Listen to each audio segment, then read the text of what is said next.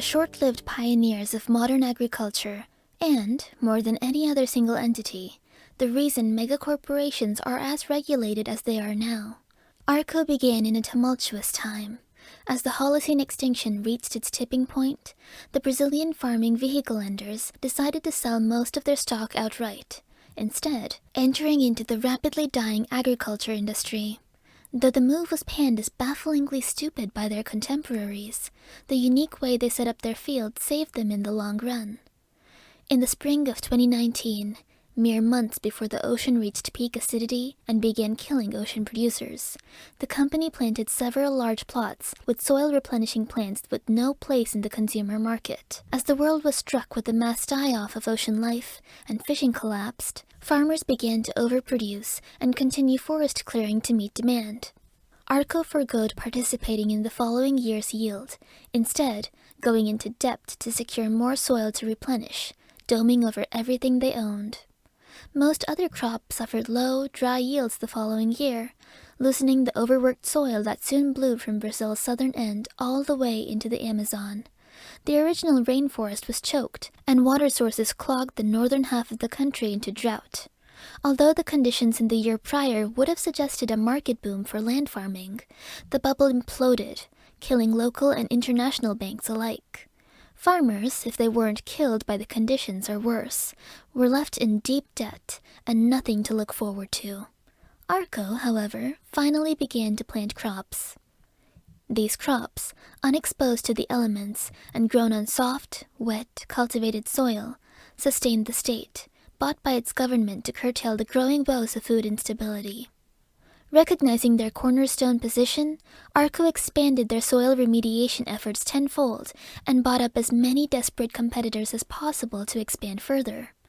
While the empire is no stranger to, nor detractor of monopoly as a concept, all of the accepted examples are usually born of very particular niche, like Magnetron's early days, or through their grand scale giving them access to markets unfeasible in smaller ones, like OTM.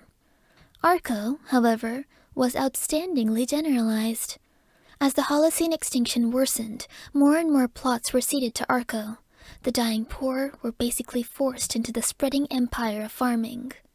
In order to continue this buying tirade, Arkco aggressively marketed themselves as the last bastions of farming and agriculture, building up a pristine image up north while slipping farm after farm under their belt. As the soil quality of continuing farmers, failing miserably to compete with the conglomerate, proved difficult to remediate, Arkco switched gears. Instead of buying up land to work with machines, they'd used their immense manpower and newfound power to create scenic towers of hydroponic plants that had to be heavily worked to produce at field capacity. While, of course, the heads of the company skimmed a lot off the top, the arcology towers were far from cheap. In a testament to the economic woes of the time, the ubiquity of the company, and the laxness of regulations at the time, the skilled farmers working the arcology towers for hours longer than a normal workday only scored a single reel, the equivalent of $5 IC. A penny.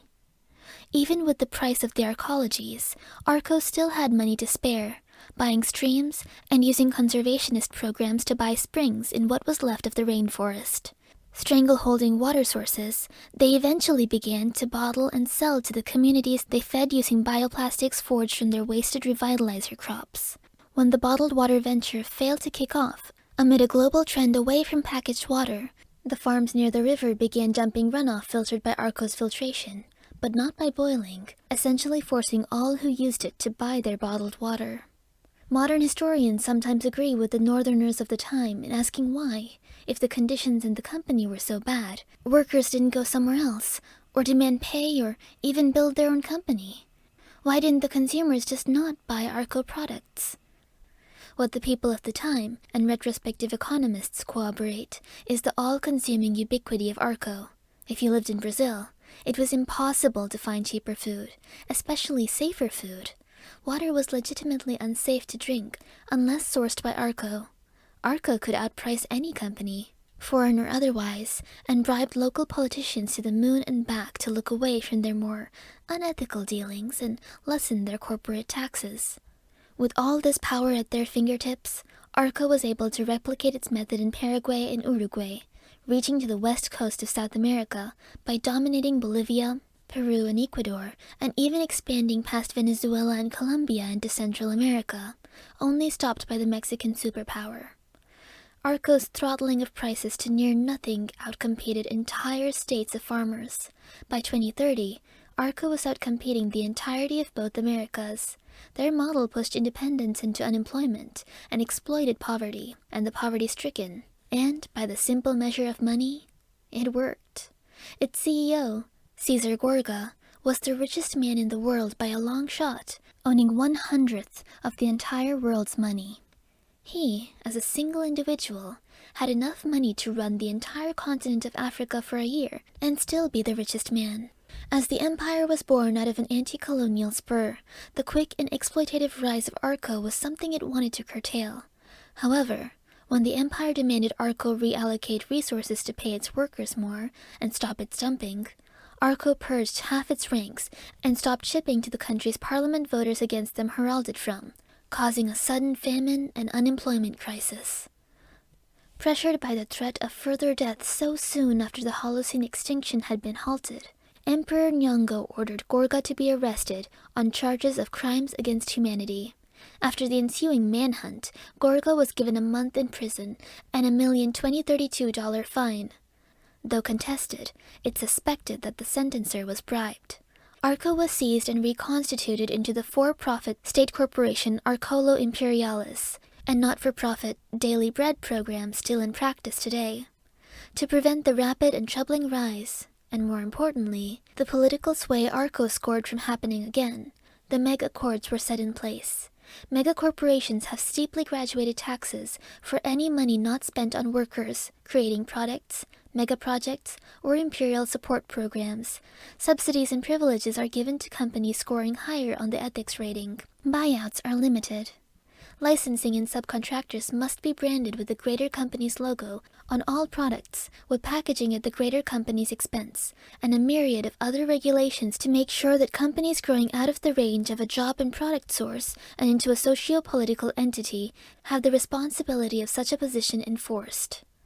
Arkco, along with the other circle-splitting megacorporations, serve as a warning. Our reverence for those who make something of themselves must always be tempered by what they make of the world. There is beauty in humility, in diversity, peace. To selfishly squander these values chips away at our enduring unity, the binding tenet, our central tenet. To split the circles of our empire so heinously as Gorga and Arkco is to become a traitor to one's own species. May Arkco rest in shambles.